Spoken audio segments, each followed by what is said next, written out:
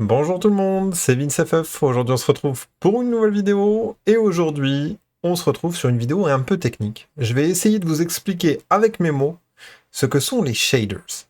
Les shaders, c'est vrai que on en entend beaucoup parler, surtout si vous faites du gaming sur Linux, que ce soit lié à des stutters ou lié à des temps de chargement qui n'en finissent plus. C'est vrai que la notion de shaders, on la voit assez souvent. Mais en fait, c'est quoi un shader?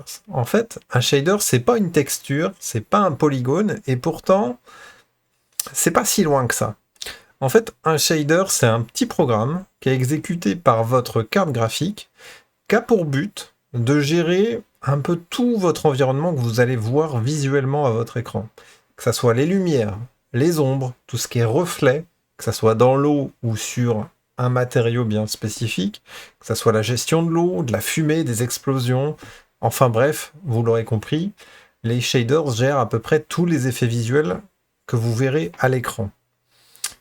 Maintenant, la question c'est pourquoi ces shaders, on est obligé de se taper un temps de chargement ultra long parfois, et pourquoi ça génère des stutters alors que ces shaders arrivent avec le jeu qu'on télécharge, quoi. Il y a un truc, c'est pas normal. Pourquoi on est obligé de compiler les shaders et que ça dure aussi longtemps? En fait, un shaders, comme je viens de vous le dire, c'est un petit programme. Et en fait, ce petit programme, ok, il arrive avec le jeu, mais il est dépendant de plusieurs facteurs. Le premier, ça va être de votre carte graphique. Et ouais, le shaders dépend de votre carte graphique, mais aussi du pilote que vous avez d'installer sur votre carte graphique, de l'API qui gère le jeu, mais aussi les réglages que vous avez choisis en jeu. Et ouais, donc il y a quand même 4-5 aspects qui fait que les shaders que vous allez utiliser en jeu, eh bien, en fait, ils ne peuvent pas arriver de manière générique. Il faut l'adapter à votre matériel et aux options graphiques que vous avez choisies. Maintenant, pourquoi ça saccade en jeu quand, par exemple, vous n'avez pas forcément compilé en amont les shaders? Donc, en fait, potentiellement, votre matos, niveau carte graphique, il est carrément assez puissant pour gérer le jeu auquel vous souhaitez jouer actuellement. Mais quand vous changez d'environnement, boum, vous ressentez ce petit stutter, ce petit arrêt sur image, genre quand il y a un nouvel effet, un nouvel environnement, ça peut sembler saccadé pendant parfois plusieurs secondes, plusieurs minutes, à chaque fois qu'il y a un nouvel effet. Eh ben, en fait, c'est juste qu'il y a la compilation de ce shaders qui est en train d'être généré, et en fait, le CPU n'envoie pas l'information à temps pour le GPU, donc boum, petit stutter. Et en fait, c'est pour ça que parfois vous avez des saccades, surtout quand, sur certains jeux, vous n'avez pas de compilation des shaders en amont du jeu. Donc voilà, ça arrive assez souvent. Et par contre, à contrario, des fois, il y a des temps de chargement qui sont super longs, où c'est marqué compilation des shaders. Donc je pense par exemple à des jeux comme Monster Hunter Wilds, où là le temps de chargement est vraiment très long. Et en fait, des fois, ça peut durer plusieurs dizaines de minutes, voire en fonction de votre matos, plusieurs heures. Et donc, pourquoi c'est si long? En fait, ça dépend de pas mal de choses. En premier lieu, de la complexité du jeu. Plus le jeu est complexe, plus il y a de shaders, plus il y a de variantes autour de ces shaders, et donc plus ça va être long à compiler, tout simplement. C'est logique. Maintenant, la compilation en elle-même dépend énormément de votre matos. Et 3 points de votre matos avant tout. Le CPU. Si vous avez un CPU un peu juste, pas assez puissant, clairement ça peut être assez compliqué et du coup ça peut être assez long à compiler les shaders. Donc en fait, en vrai, si vous avez un CPU assez puissant, c'est au moins utile pour cette gestion des shaders. Il y a aussi votre SSD, voire votre disque dur, si vous êtes encore sur un disque dur HDD. Là, franchement, ça peut être le bottleneck de ces shaders. Et parfois, ça peut carrément freeze votre PC, parce que le SSD est vraiment le bottleneck actuel. Donc en fait, le PC va totalement freezer. Donc là, dans ce cas-là, et je parle pas en jeu, hein, je parle pendant la compilation.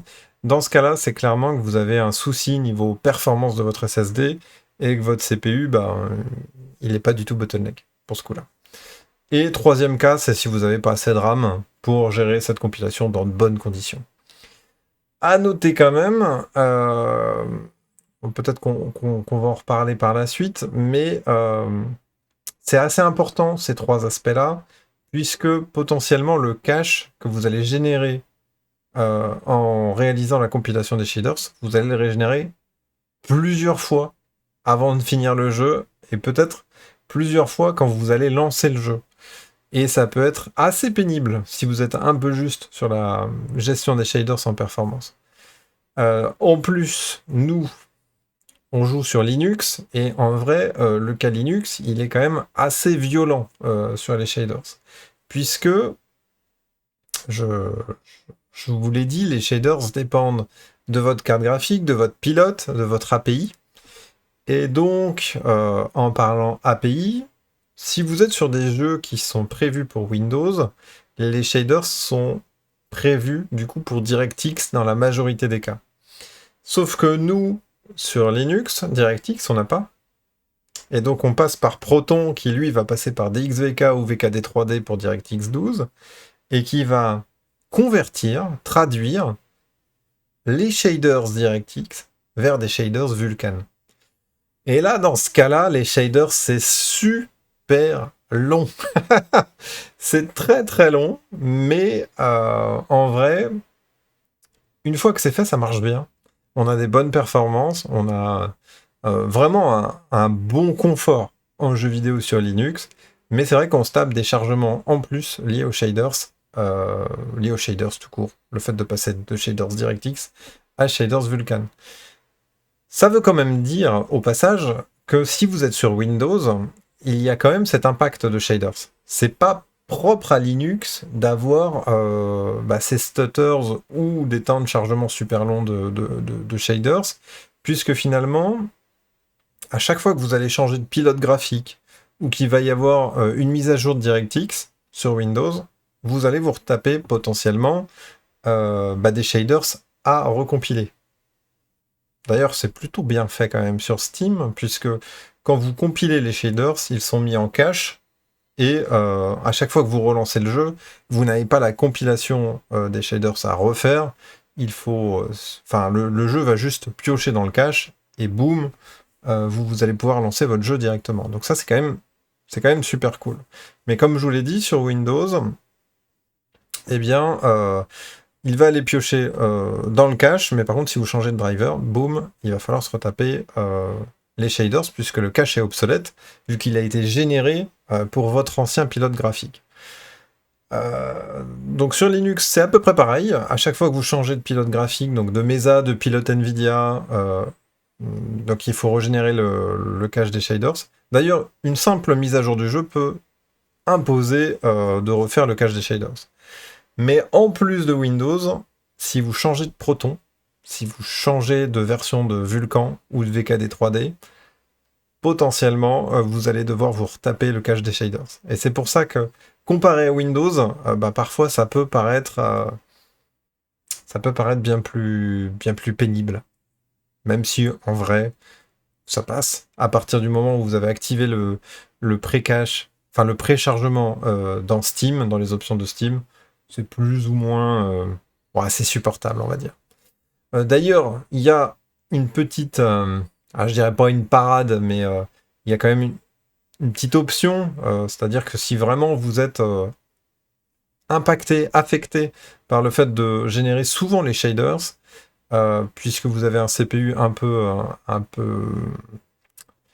juste, et pareil pour votre SSD, le fait d'être sur une distribution extrêmement stable, comme Debian, Ubuntu, LTS, voire GLFOS, puisqu'on change que tous les 6 mois les drivers graphiques, ça peut clairement vous aider, puisqu'en fait toute la pile graphique va beaucoup moins bouger, et donc finalement le besoin de refaire votre cache sera beaucoup moins souvent.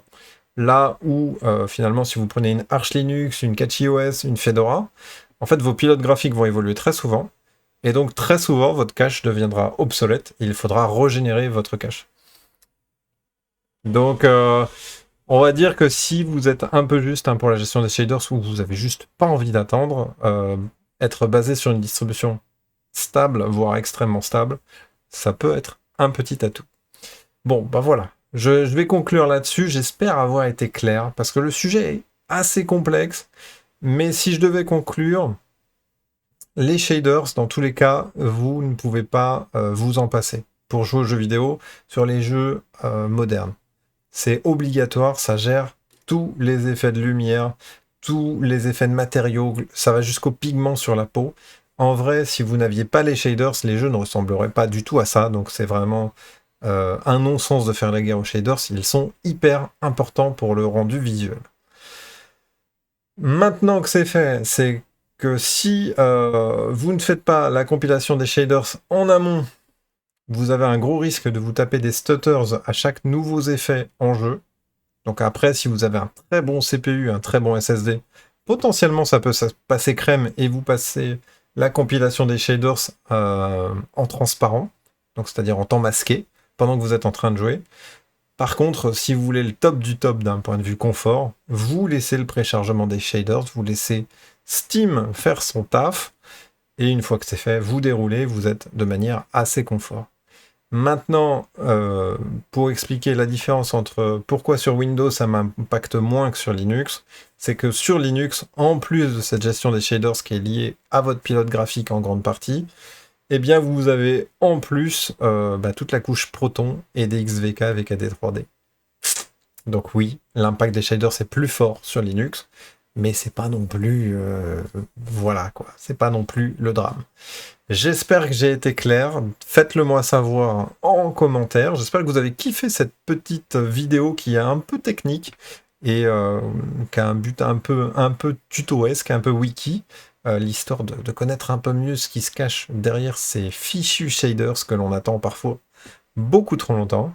Voilà, j'espère que vous avez kiffé la vidéo, si c'est le cas, n'oubliez pas le petit like, un petit commentaire pour phagocyter l'algorithme YouTube. Sur ce, je vous dis tchuss, et à la prochaine, ciao ciao.